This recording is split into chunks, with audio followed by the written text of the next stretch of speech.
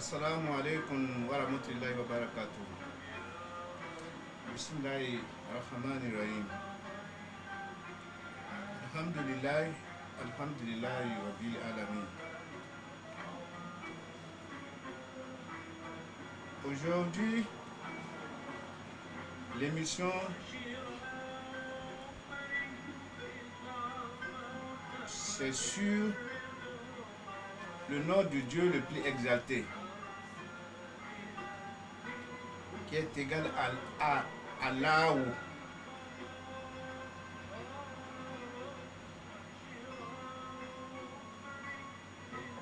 Donc,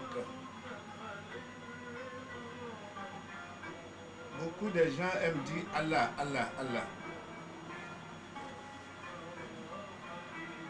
Vous allez regarder même l'écriture en arabe. Il faut le ou dedans.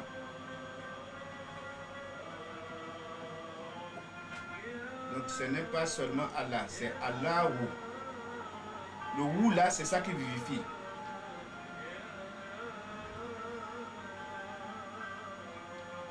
Comme A est égal à créateur en relation avec toutes les créatures. Et L, commandement divin. Comme il y a deux L dedans, deuxième L confirme, atteste que le commandement là n'est pas partagé avec qui que ce soit. Il est l'unique commandeur. Et le ou, c'est l'essence divine. Vous voyez le créateur, quand il décide, ça devient une réalité. La réalité là, c'est vous. Donc toutes les créatures de Dieu, nous représentons le vous.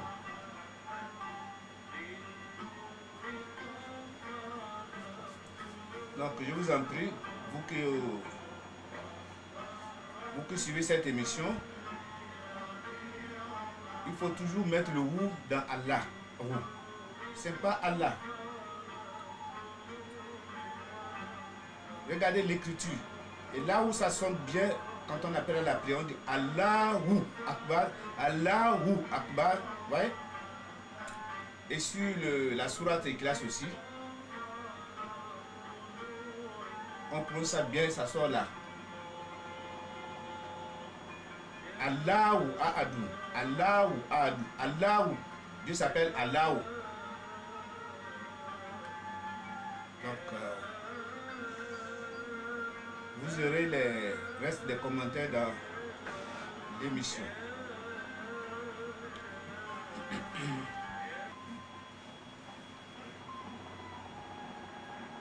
La louange est à Allah à cause de sa perfection qui seul convient à sa majesté pour que tout son bienfait s'accomplisse manifestement ou intérieurement.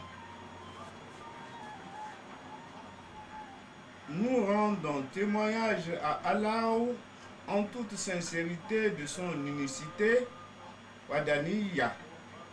Il n'y a pas de Dieu autre que lui, l'unique dans son essence, l'incommensurable, Al-Azim, dans ses qualités et le très inaccessible, Al-Aziz, dans sa singularité infinie, Fardaniya.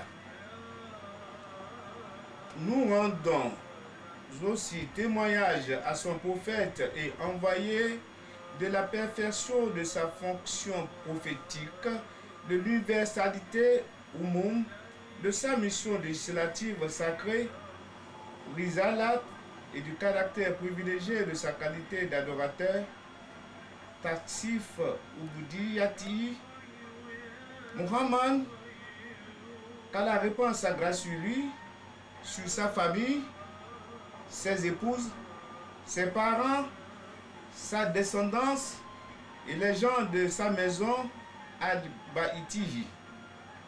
Qu'Allah soit pleinement et toujours satisfait de tous ses compagnons et de ceux qui le suivent, de sa communauté et des gens de sa suite. Au nom d'Allah, le tout miséricordieux, le très miséricorde de Dieu. Pour lui, nous demandons assistance. La louange est à Allah, qui a illuminé le cœur de ses saints par les lumières de sa guidance, Hidayah. Il a purifié le secret Asrar en vue de la théophanie Tajalli, de ses qualités Sifat, de majesté Jalal, de beauté Jamal et de perfection incommensurable Kamal al-Zamatihi. Il les a voués exclusivement à la retraite assidue sur le large tapis de son intimité, Uns, dans la proximité de sa présence. Il a rendu pure leur adoration et les a élus pour sa conversation confidentielle, Munaja, son entretien intime à Adata.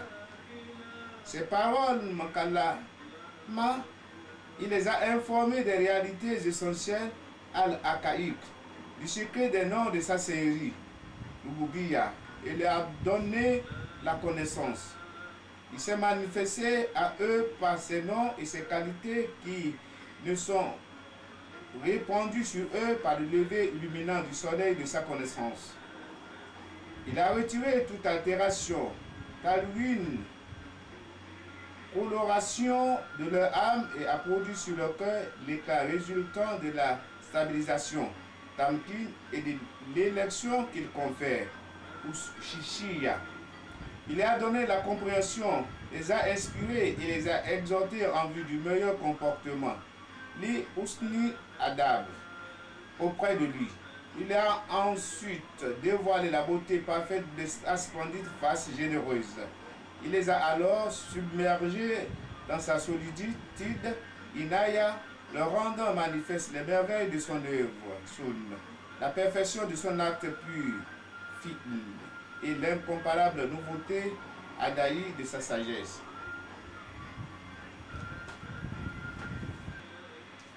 Allah, trésor caché en lui-même, aimant être connu, créa toute réalité qui tienne de la sorte, tout à la fois leur connaissance d'eux et par lui et leur amour, cause de leur création pour lui. Car l'amour est pour l'amant un mouvement d'attraction irrésistible vers l'aimé et ne sera pas fait que par l'union dans l'un sans associé et sans parti. Cet attrait est celui de toute réalité, celui d'Allah d'être connu et celui des créatures de reconnaître leur essence une et permanente en lui seul. L'infidèle sera attiré par son illusoire identification avec des foyers innombrables d'attraction. C'est le shirk, l'association, seul péché non pardonné. Le fidèle al-Mumin, lui, n'aura de cesser de s'orienter avec aspiration exclusive vers son principe et Seigneur sous le double aspect de la connaissance transcendante et de l'amour unifiant. Les significations contenues dans le sens dérivé du nom Allah impliquent toutes ces attitudes de la part du fidèle contemplatif. C'est alors que l'invocateur du nom Allah réveille la conscience de son origine par un ardent désir de la retrouver. Au terme du voyage, invocateur, invocation et invoqué ne font plus qu'un dans l'invocation, zikr, qu'Allah offert de soi. Dans les faces respectives de ces miroirs par lesquels il se contemple soi-même, il est tout à la fois le nommé et le nom de toute éternité. Car non, nommé et désignation sont identiques dans la solitude de la réalité divine, et c'est cela qui réalise l'invocateur de son nom, Allah, pour toujours. La suite du traité mettra en évidence cette identification et cette unité primordiale du nom et du nommé lorsque l'auteur traitera du zikr. Le zikr mentionne qu'Allah se fait à lui-même de sa parole éternelle. Je réfléchis comme un pur écho sur les facettes du miroir du vrai dans lequel Dieu contemple ses propres possibilités.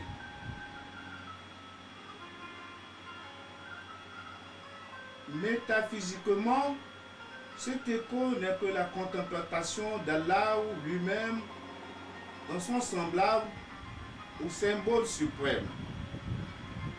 Voir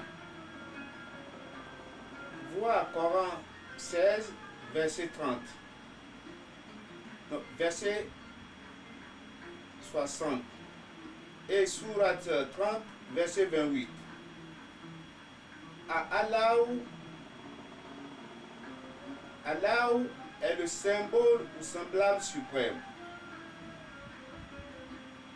qui est l'homme parfait. Al-Insan Al-Kamil, selon les maîtres. Comiquement, cet écho est la réfraction du son, souffle ou verbe primordial propagé lors du soir ou excitateur par l'ordre divin Al-Amr. Envisagé sous l'aspect du verbe, donc du son, du souffle et de l'esprit. La manifestation est un ensemble complexe du rythme sonore dont les ondes se réfractent dans les supports que représentent les êtres et le plan d'évolution cosmique. Ils sont tous l'expression du zikr divin selon ce verset coranique. 2. Allah n'a qu'un zikr pour les êtres de l'univers. Coran 37, verset 88. C'est la révélation mohammedienne dans la perspective islamique qui permettra aux êtres assujettis à des cycles d'existence de reprendre conscience de leur origine et qui leur apporte des supports de grâce sous forme sonore. Il y a parfaite concordance entre le zikr divin, celui contenu dans la révélation coranique, et celui des êtres qui ont retrouvé la perception intérieure de leur origine par la parole divine. Ces considérations font mieux comprendre la comptabilité des points de vue des docteurs sur la dérivation ou non du nom Allah. Et pourquoi aussi ce nom suprême restera intraduisible dans n'importe quelle langue du monde. Autre considération sur le nom Allah. Sous un autre rapport, celui de la sagesse, l'auteur précise que ce nom ne tolère qu'aucune réalité ne lui fasse concurrence. Sa majesté et sa transcendance ne permettront jamais aux créatures de prétendre se caractériser par lui. Enfin, sous le rapport de la connaissance, Ibn Allah dit qu'Allah a choisi ce nom pour 3 raisons. D'abord, il est propre et personne ne peut y participer devant la transcendance de sa réalité. Le nom est alors identique au nommé. Ensuite, lui seul synthétise toutes les réalités infinies de sa toute possibilité. Enfin, il est incomparable. Cette perfection unique du nom Allah entraîne qu'ils doivent avoir une structure littérale accomplie. C'est surtout dans le chapitre sur le symbolisme des lettres que l'auteur analysera ces aspects très riches en allusions et en implications doctrinales. Qualification par les noms divins. L'unité incomparable d'Allah exclut qu'on puisse s'en caractériser, mais seulement qu'on s'y attache au contraire des noms excellents et des qualités divines. Pourtant, la nature transcendante et illimitée des noms entraîne que la créature ne réalisera jamais leur contenu inépuisable dans l'unicité divine et dans les aspects innombrables qu'ils manifestent. La caractérisation consciente par des noms reste néanmoins possible pour le serviteur selon ce verset. Soyez seigneuriaux en vertu de la chance que vous transmettez du livre. Coran 3, verset 79. Et ce hadith célèbre, Allah a 100 caractères. Celui qui se caractérise par un seul de ceux-ci entre au paradis. Dans sa quête sur la voie spirituelle, l'itinérant se caractérisera par les qualités d'Allah en y participant selon des modes propres à la créature qui lui interdisent toute identification à elle. Seul Allah est sans qu'aucune chose ne lui soit semblable. Coran 42, verset 11. L'incomparabilité divine refusant tout semblable, la plus complète similitude ne peut jamais synthétiser tous les aspects de la fonction divine. L'auteur adopte ici une position prudente et nuancée. Mais lorsqu'il veut s'exprimer par allusion, il laisse bien entendre que l'identité suprême reste possible quand la créature s'éteint et que seul demeure l'un sans second pour toujours. Il n'y a pourtant pas union ittihad, puisque celle-ci est son fondement. En effet, dit le théologien Al-Razi, si deux choses s'unissent, ou bien les deux subsistent, et restent alors deux réalités distinctes, ou bien elles disparaissent pour devenir une troisième chose différente, ou encore il ne reste qu'une des deux et l'autre cesse d'être. Ainsi, tous les trois cas, l'union est rendue impossible. Fakhr al-Din al-Razi et commentaire sur les noms divins, chapitre sur Al-Haq. Allah se substitue à l'être, opérant à sa place, le faire et le vouloir, et sanctifie sa nature humaine, ainsi régénérée, encore glorieux, anticipant chez lui la résurrection universelle. Telle est la sainteté de l'être réalisé qui reçoit.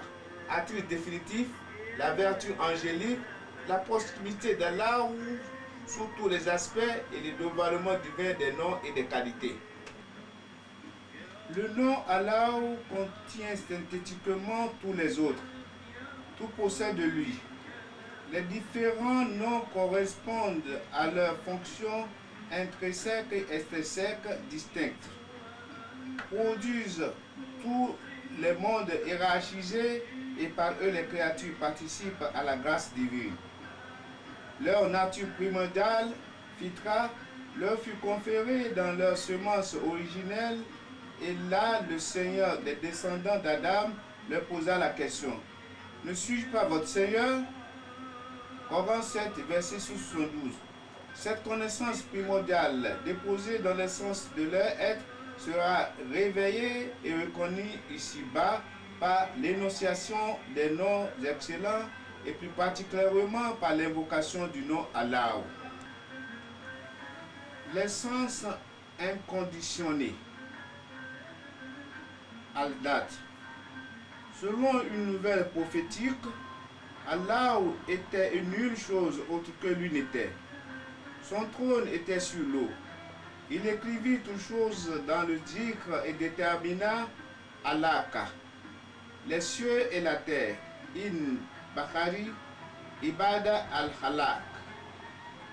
Au début de ce hadith, Allah nie toute autre réalité que la sienne et postule son essence infinie sans aucune relation possible avec quoi que ce soit. La mention de la chose, Saïd, indique qu'elle n'est pas autre que lui, et sous ce rapport, elle n'a que la réalité essentielle d'Allah, seul et sans associé. Allah s'exprime à la troisième personne du singulier qui est celle de l'absence. Quand il s'agit d'Allah, cette absence est une non-manifestation absolue devant l'impossibilité de faire aucune distinction à son sujet, qui n'affecte que les déterminations même d'ordre universel. L'unicité divine et les trônes. Quand Allah dit dans un hadith Qassidi, j'étais un trésor caché, de sorte que je n'étais pas connu.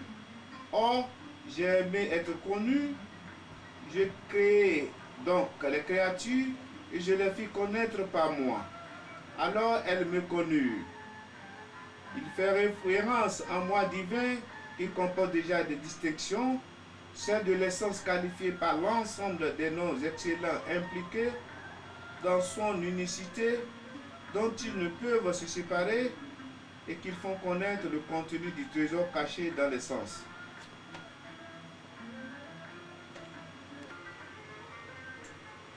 Les qualités de l'âme. Al-Sifat al-Nafsiya.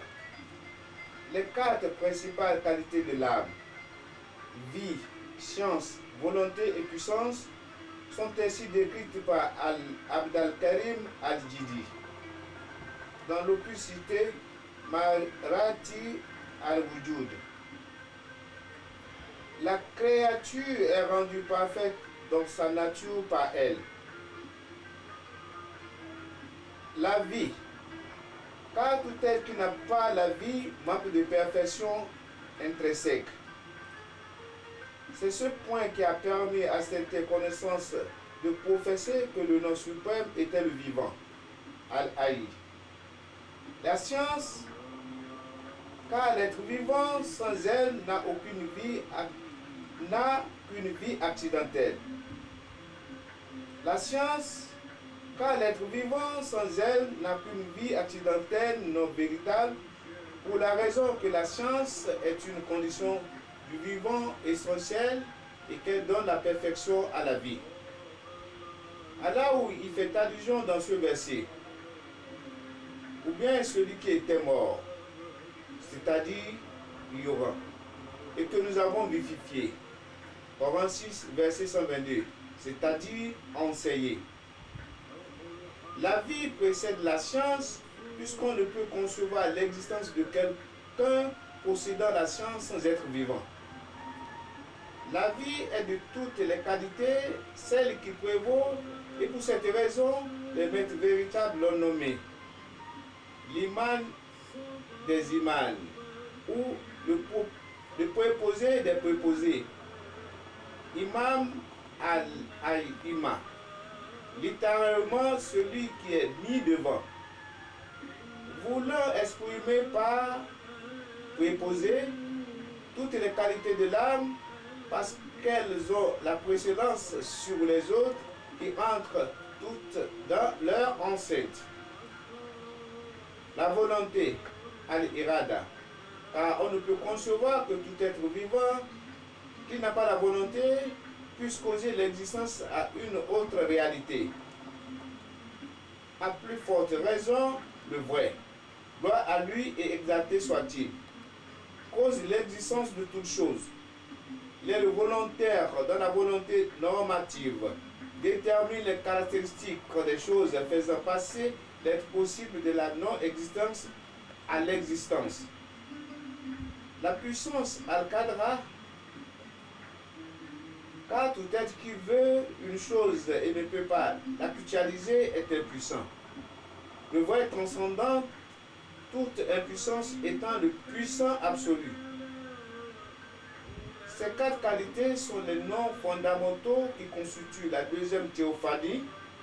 Elles sont les clés du mystère al-gaïb ou non manifestée. Par elle s'accomplit notre dépendance vis-à-vis de la perfection de l'essence divine. Celui qui les possède est parfait dans sa nature et peut alors provoquer l'existence d'autres que lui.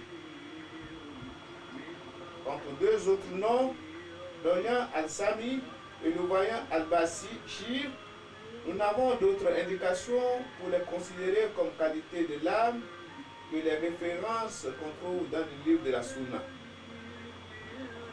En effet, la science chez les créatures est accrue par l'ouïe et la vue. La perfection de l'être se réalisant par ces deux qualités.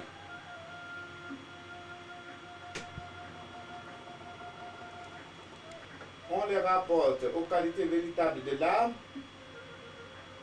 non que la science supposerait un accroissement ou une diminution, mais pour la raison que ce qu'implique la science divine est déduit de ce que comporte celle de la créature.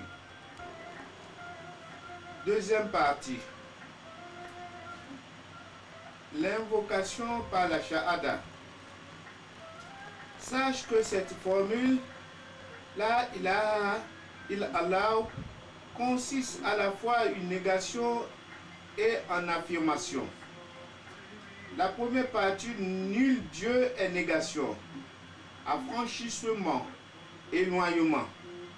La seconde partie, autre qu'Allah, est inauguration, insha, affirmation, foi, tawhid, connaissance, soumission, témoignage, lumière. Dans la première partie, la négation, là, pas ou nul, ni le caractère divin de toute chose qui ne l'implique pas ou qui n'a pas un caractère nécessaire. Le autre kalaou est l'affirmation de la fonction divine de celui qui l'implique et pour qui elle est vraiment nécessaire. Cette double signification est réunie dans le verset suivant. Celui qui est infidèle à Tabou et qui croit en Allah a saisi lance ferme. Coran 2, verset 256. Pour la généralité des gens de la voie, cette formule la ilaha illallah purifie leur compréhension des doutes engendrés par les fantômes de leur imagination. Elle est affirmation de l'unicité et négation de la dualité. Pour les gens de l'élite, elle est source d'énergie spirituelle, kawa, dans leur matière traditionnelle de vivre et accroissement dans la lumière de leurs espérances en affermissant en eux la conscience de l'essence et des qualités divines. Pour ceux-ci, la Shahada transcende les altérations qui subissent les attributs de la contingence et les insuffisances qui les caractérisent. Pour les gens de l'élite, la Shahada transcende toute mention qu'ils en font et toute vision de grâce et de faveur qui en résulte pour leur remerciement. Les hommes se divisent en trois catégories au sujet de l'affirmation de l'unité divine et de la pratique incantatoire qui en découle. La première concerne le commun des gens spirituels à leur début. Cette attestation du tawhid se fait par la langue, avec articulation et prononciation, conviction et sincérité à l'aide des lumières de la double shahada. La ilaha illallah Muhammad Rasulullah. Cette attitude est soumission à l'islam. La deuxième s'applique aux gens déjà avancés dans la voie. C'est le tawhid du cœur obtenu par soumission active. En toute pureté, l'intention si, avec conviction et sincérité. Cette attitude est l'acte de fidélité en la foi, al-iman. La troisième se rapporte à l'élite de l'élite. C'est le tawhid de l'intellect, akl, Il consiste en vision directe, certitude et contemplation. Cette attitude parfaite de l'excellence, al-insan, la parfaite conformité.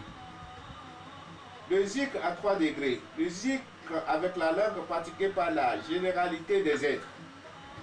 Le zikr avec le cœur accompli par l'élite des croyants. 3. Le zikr de l'esprit, bi al-rou, propre à l'élite de l'élite, qui est celui des connaissances éteintes tout à la fois à leur zikr, à la fois contemplation, qui ont de leur invocation et à la grâce qu'il en répand en eux. Bien. L'invocation par le nom Allah. L'invocateur par ce nom Allah est soumise à des états spirituels. D'abord à un état de tristesse, nostalgie, voilà, et d'extinction. Ensuite à un état de vie et de permanence. Enfin à un état de félicité et de satisfaction. Le premier état de nostalgie et d'extinction est celui de l'être à ses débuts qui se limite à son zikr en ne s'appliquant qu'à la pratique exclusive de ce nom d'invocation et qui en fait son confident Nadiyan. Incidemment, il doit réaliser la bonne prononciation de Rou qui se trouve à la fin du nom Allah. Celui qui persévère cette attitude efface l'intérieur et l'extérieur de son être. Extérieurement, il apparaît comme un possédé ou comme celui qui est accablé avec la tristesse et dont l'intelligence s'en va. Personne ne l'accepte. Les créatures s'enfuient ne pouvant demeurer près de lui à cause de la tristesse qui le recouvre et du secret en lui du nom dont il est l'invocateur. L'attitude de cet être est telle car personne ne peut se qualifier et d'aucune manière de la fonction divine. Il n'est même pas possible d'affirmer qu'on reçoive un seul souffle provenant d'elle. Celui qui l'invoque ainsi se manifeste aux créatures selon ce qu'Allah a dit. Ce jour, on ne trouvera plus de parenté entre eux et ils ne s'interrogeront plus mutuellement. Coran 23, verset 101. Intérieurement, il sera éteint comme le mort à cause du profond repos, soukoun, de tous les aspects de son être et qui résulte tout à la fois de l'abandon de ses habitudes familières, ma'rufat, de ses actes routiniers, adat, de la soumission de ses membres, de la tranquillité et de l'humilité de son cœur, car Allah a dit, nous projetterons sur toi une parole lourde, Coran 4:28, verset 5. Et tu vois la terre stérile, mais lorsque nous faisons descendre l'eau sur elle, elle est secouée, grossie et fait pousser toutes sortes de couples splendides. Coran 22, verset 5. Ensuite, l'invocateur par le nom Allah est dominé par un état de vie et de permanence. Lorsqu'il réalise effectivement cela, qu'il s'y établit fermement et s'y familiarise, ses caractères extérieurs, Wusum, et intérieurs, Awsaf, s'effacent définitivement. Il lui a ainsi fait l'esprit de satisfaction après la perte de son libre arbitre apparent, Ikhtiar, et de sa volonté individuelle, Irada. Et après la disparition du plaisir provoqué par ses habitudes et ses passions, il se dégage de ses qualités blâmables et passe par la même de l'état de tristesse et d'intention à celui de la vie et de permanence. La crainte respectueuse, Aïba, et la ferveur intense statua s'empare de lui dans ses rapports avec les réalités existentielles.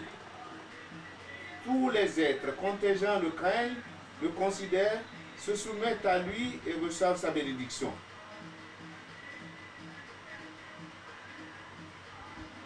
En conséquence, l'invocateur de son nom, Allah, passe à un état de félicité et de satisfaction. Alors il magnifie la réalité divine. Il est compatissant envers ses créatures. N'exagère pas les exhortations dans la religion d'Allah. Épanouit son âme par et pour Allah. Se développe selon l'immensité de la miséricorde d'Allah, sans préférence aucune pour les créatures d'Allah. Par permission d'Allah, il ne s'attache à personne et à aucune chose ne l'affecte. Par permission d'Allah, il ne s'attache à personne et aucune chose ne l'affecte. Partant, il est conduit de la condition de la vie et de la permanence à celle de la félicité et du contentement. Il vit dans une gratitude permanente, féconde, prospère et agréée, où il ne le trouve ni trouble, ni altération, paisible, équilibré et stable dans son état. Il est rempli de confiance et de sérénité et demeure faible. Il est parmi les créatures comme le nuage de pluie. Quand il libère son eau, il fertilise et fait croître. Toutes choses se nourrissent de lui. La félicité et la satisfaction lui viennent par Allah et Allah est satisfait de lui. Allah a dit, puis nous l'avons conçu dans une autre forme créaturelle. Béni soit Allah, le plus excellent des créateurs. Coran 23, verset 14. Chaque fois que le serviteur imite les anges et s'assimile leurs vertus, il devient plus éloigné de l'animal et des conditions qui s'y sont attachées et plus près de celles des anges et de leur qualité. Or, l'ange est proche de Dieu et celui qui est proche de celui qui est rapproché est lui-même rapproché.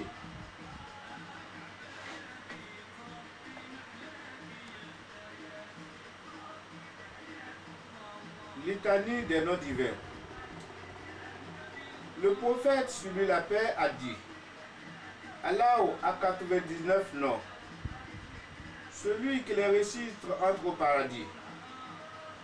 Dans une autre version, on rapporte celui qui les a en mémoire entre au paradis. Les hommes qui les retiennent se répartissent en 3 catégories. La première concerne ceux qui les retiennent en les reconnaissant comme vrais, tasdikan, en y adhérant fermement, tikadan, en se conformant à la transmission traditionnelle, riwayan, et en les énonçant, makalan. La deuxième catégorie concerne ceux qui les retiennent en les énumérant, addan, en les comprenant dirayatan, en agissant en conformité avec ce qu'il implique et selon l'orientation convenable, sulukan wa alan.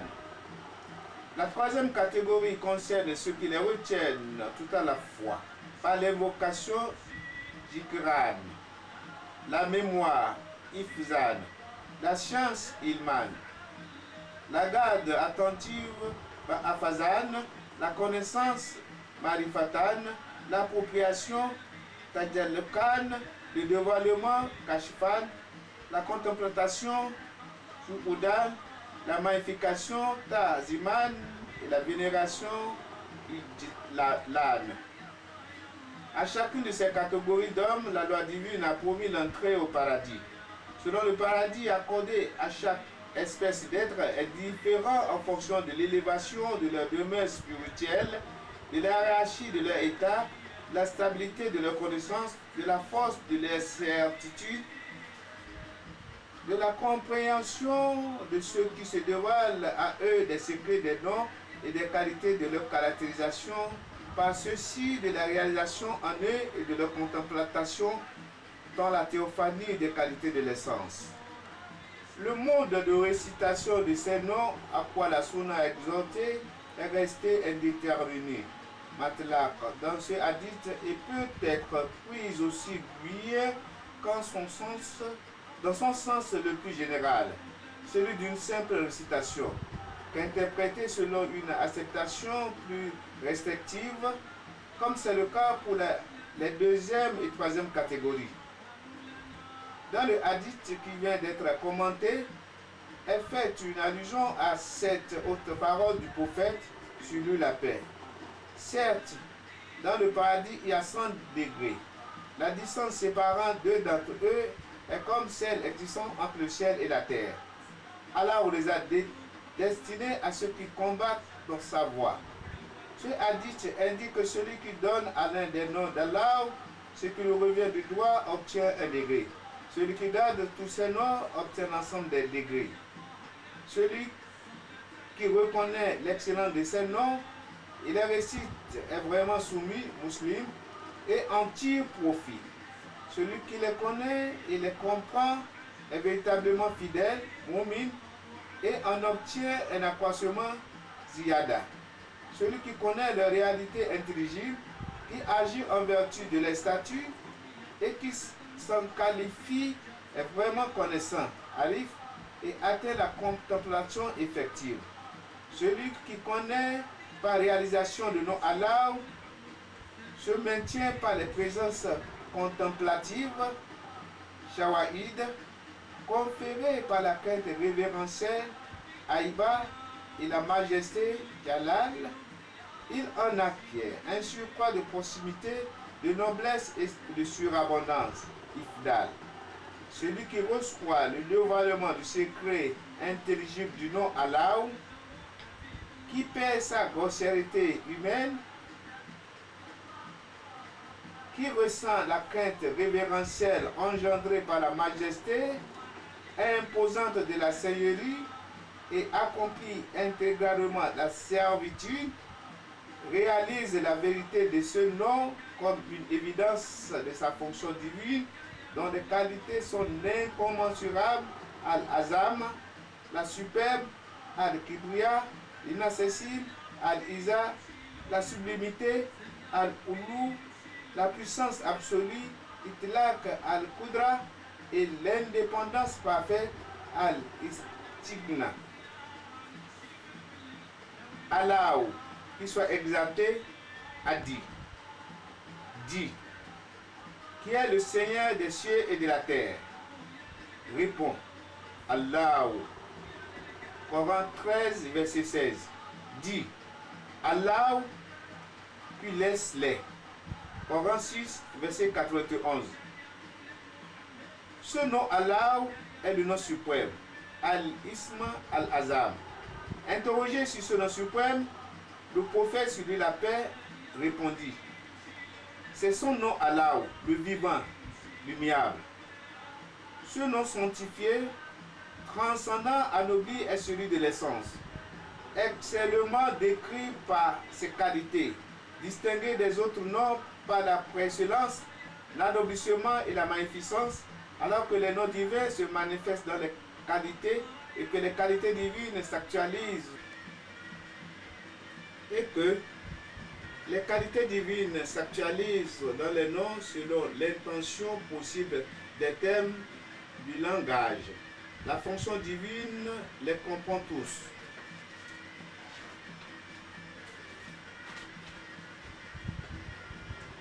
Quant au nom Allah, il contient synthétiquement toutes les choses qu'il explicite. Sharia font allusion à lui et l'imprime. Le monde al-alam, tout entier avec tout ce qui s'y trouve, la plus haute au plus bas, et toutes les merveilles qu'il contient possèdent de lui.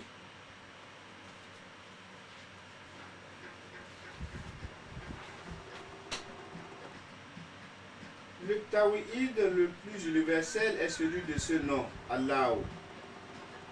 Il en est le noyau et le cœur. Il consiste dans l'affirmation de son isolement essentiel, ifrad et de sa connaissance.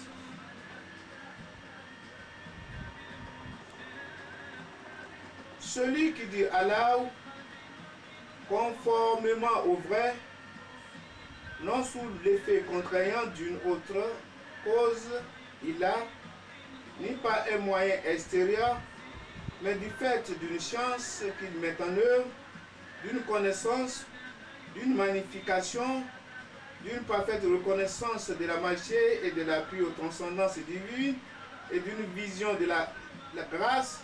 Celui-là donc a vraiment exalté, mentionné et magnifié la majesté d'Allah et l'a connu comme il sert à sa grandeur. Le zikr et tawhid d'Allah consiste dans la satisfaction qu'il a de ses serviteurs quand il l'invoque comme il le mérite, exalté soit-il. Dans la réalité essentielle, l'une n'invoque Allah qu'Allah et nul ne le connaît que lui. Nul autre que lui ne proclame vraiment son unicité.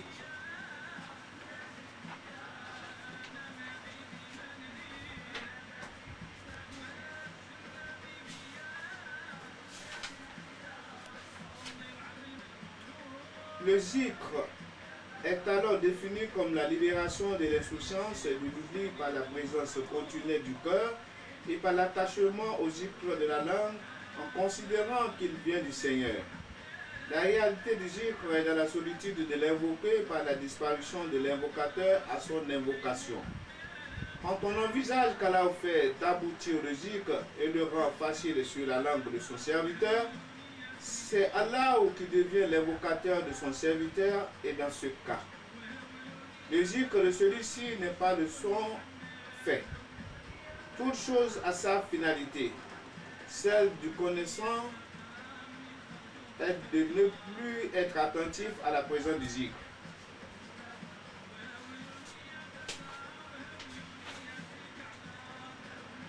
Un certain savant par Allah, homme ayant réalisé la connaissance du nom Allah, indique que celui qui invoque par le nom Allah et qui n'insiste pas sur la prononciation parfaite de ce roux final n'est pas invocateur d'Allah et ne le mentionne point vraiment.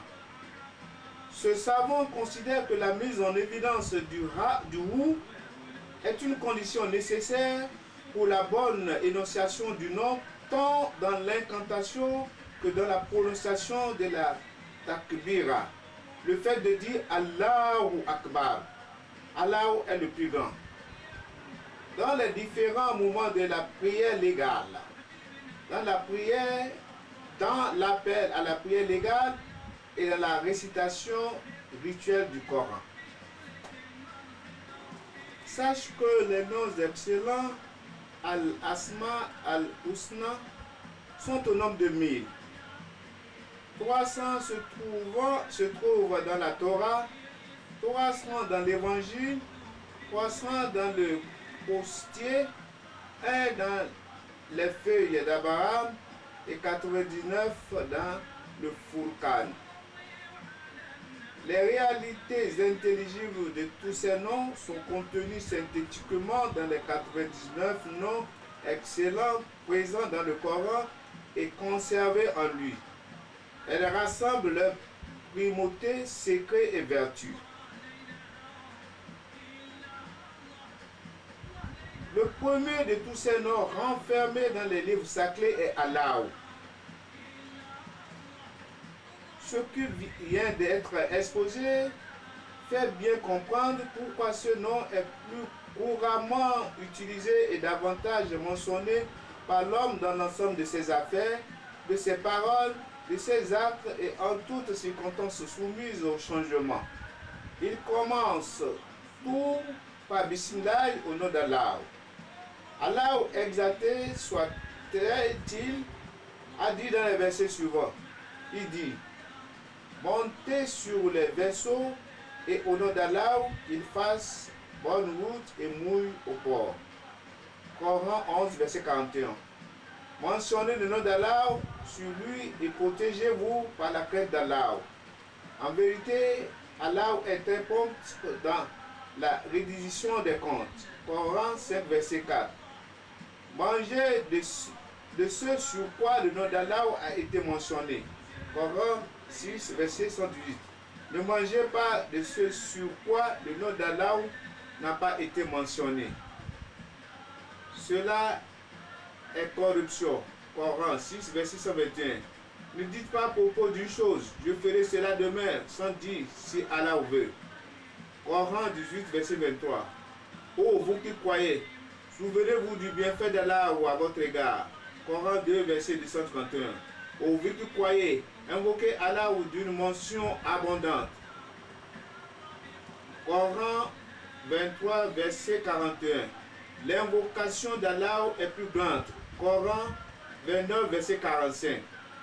Ces citations doivent insister à la mentionner zikr de son nom. L'exposé sur le zikr sera fait en détail dans la seconde partie de l'ouvrage si Allah le veut. Le nom d'Allah est le premier nom excellent. Inaugure les sourates par au nom d'Allah, le tout miséricorde, le très miséricorde de Dieu. L'imam Al-Shafi conteste que le verset au nom d'Allah, le tout miséricordieux, le très miséricordieux, fasse partie de la sourate Al-Fatiha, appelée mère du Coran ou du livre. Mais pourtant, selon lui, celui qui ne prononce pas la basmala, le fait de dire Bismillah au nom d'Allah dans sa prière légale la rend défectueuse et imparfaite. Mais sur la question de savoir s'il doit recommencer cette prière, il a chez lui deux opinions. Il dit aussi que celui qui invoque par le nom Allah invoque du même coup par les 1000 noms contenus dans l'ensemble des livres révélés en rapport avec ce qui a été dit plus haut.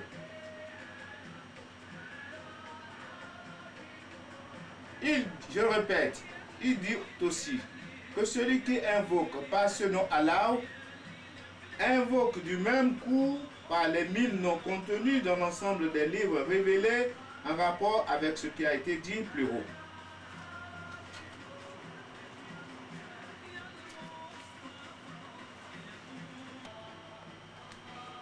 L'existence du nom suprême, Ism al-Azam, est attestée par les hadiths authentiques dont voici les principaux.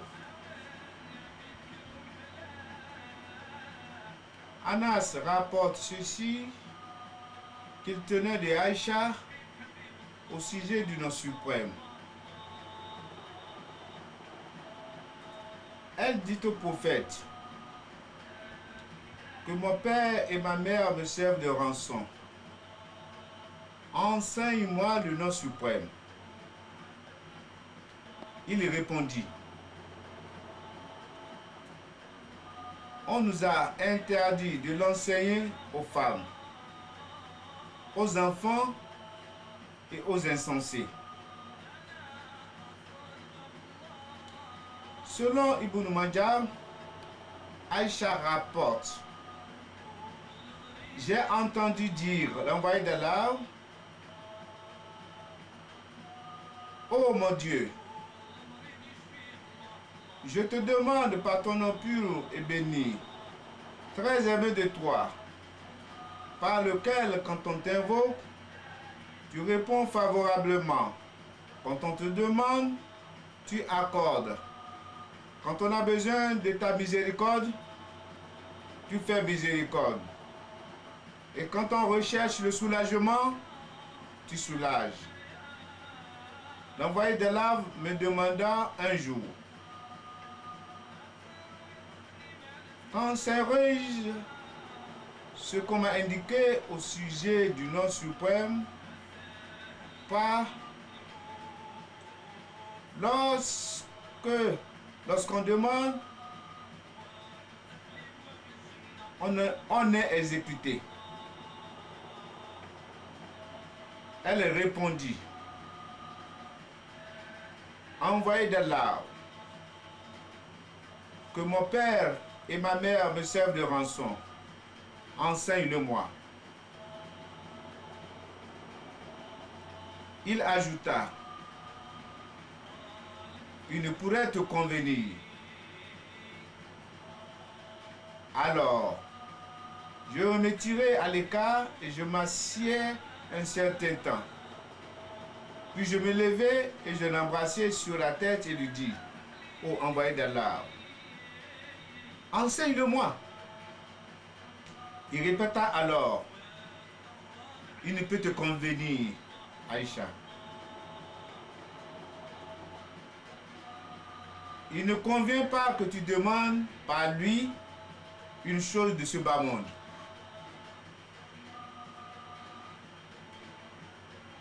On trouve dans le petit recueil de Suyuti, Risalat al-Islam al-Azam, la plupart des hadiths ou dire des savants sur ce sujet dont nous extrayons les suivants. L'auteur prend préalablement la précaution de préciser qu'il ne peut s'agir des noms excellents qui sont tous qualités de magnifiques. Azima de même racine que Azam, suprême ou le plus magnifique. L'imam Faj ad-Din Razi dit que le nom est roi. Lui selon ce que rapportent les gens du dévoilement. C'est le nom Allah ou d'autres, car les autres noms ne peuvent être pris par un sens absolu. Ce nom est le fondement au principe de tous les noms excellents qui sont tous rattachés à lui. Ibn Abi Hatim, dans son tafsir, a dit: